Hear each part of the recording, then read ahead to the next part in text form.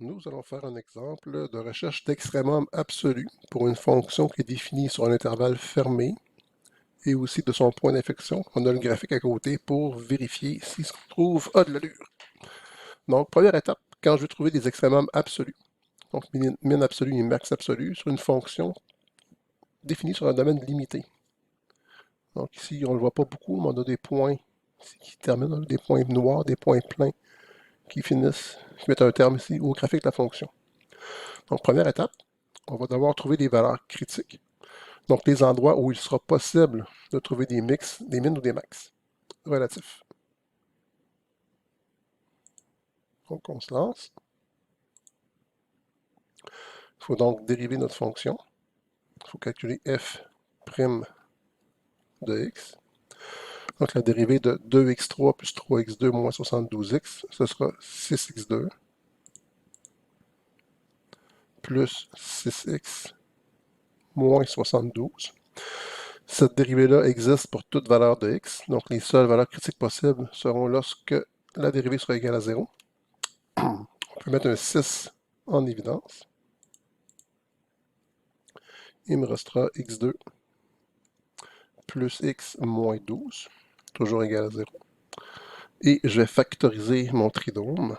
Encore une fois, si je ne suis pas capable de factoriser, je peux toujours me débrouiller par la formule quadratique.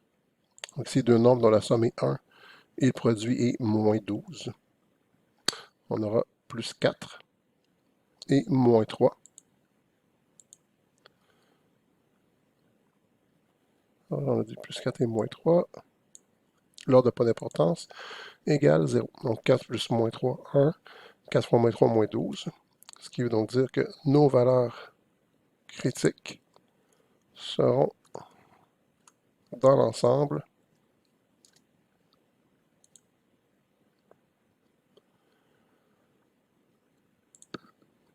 moins 4 et 3. Donc x égale moins 4 et x égale 3 forment l'ensemble des valeurs critiques de notre fonction.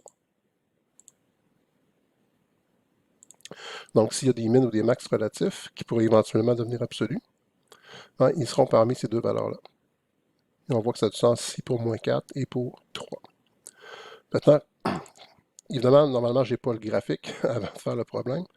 Et comme mon domaine est limité, hein, il faut que je vienne voir qu'est-ce qui se passe aux extrémités, parce que ça aussi, ça peut contribuer à être des min ou des max.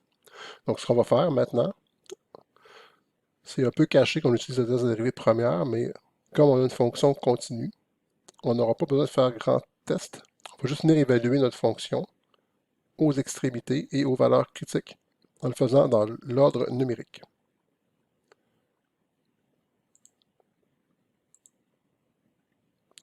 Donc ici, notre fonction est définie de moins 7 à 7, puis mes valeurs critiques sont moins 4 et 3. Je vais donc calculer f de moins 7, f de moins 4,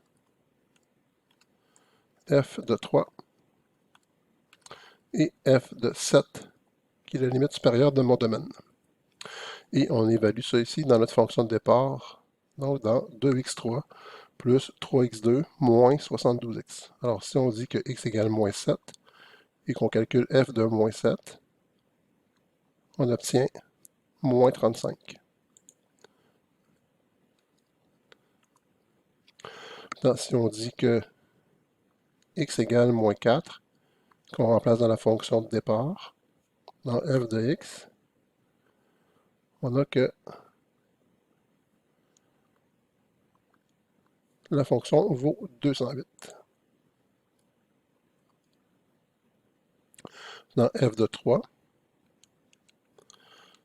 si on calcule dans notre fonction, ça nous donne moins 135. Finalement, f de 7, si on met ça dans notre fonction de départ, on obtient 329. OK, on commence notre graphique à moins 35. Par la suite, on va à 208 et on sait que si on a des maximums ou des minimums, ce sera situé aux valeurs critiques. Donc ici, j'ai une fonction polynomiale. Donc ici, je pars de moins 35, je fais à 208, puis par après, je descends à moins 35. Ici, j'aurai donc un max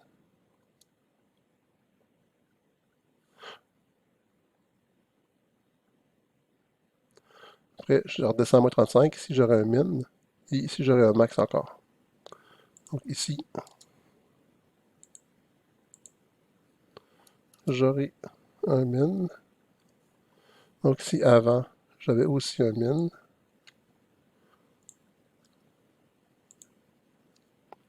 Et ici, j'ai un max.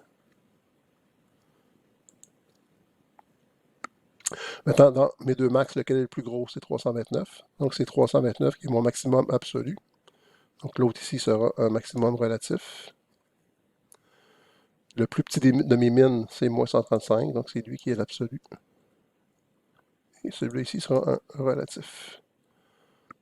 Donc, mes mines absolues et max absolu se retrouvent ici.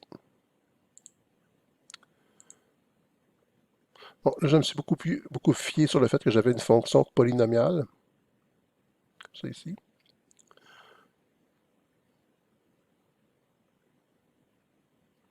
Et que pour x égale moins 4, j'avais un changement de signe de dérivée.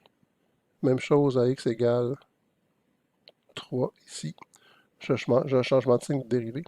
Donc, par le test de dérivée première, je savais que j'avais affaire à des min ou des max. Sinon, il aurait fallu que je fasse le test de dérivée seconde pour pouvoir les qualifier.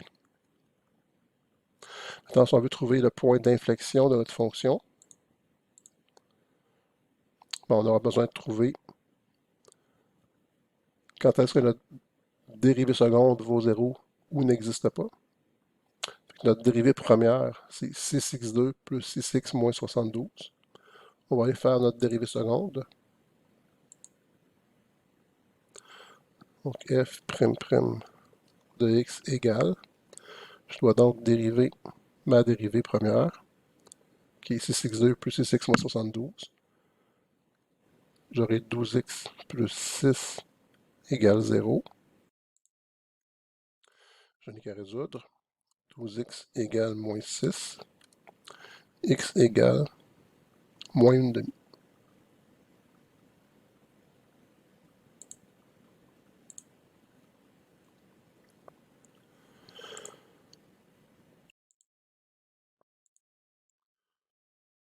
Et voilà. Donc ici, on voit bien que notre point d'inflexion, ça a l'allure aussi, x égale moins 1/2. J'ai un changement de courbure de part et d'autre du point qui est ici. Avant, j'ai une courbure vers le bas. Par la suite, j'ai une courbure vers le haut.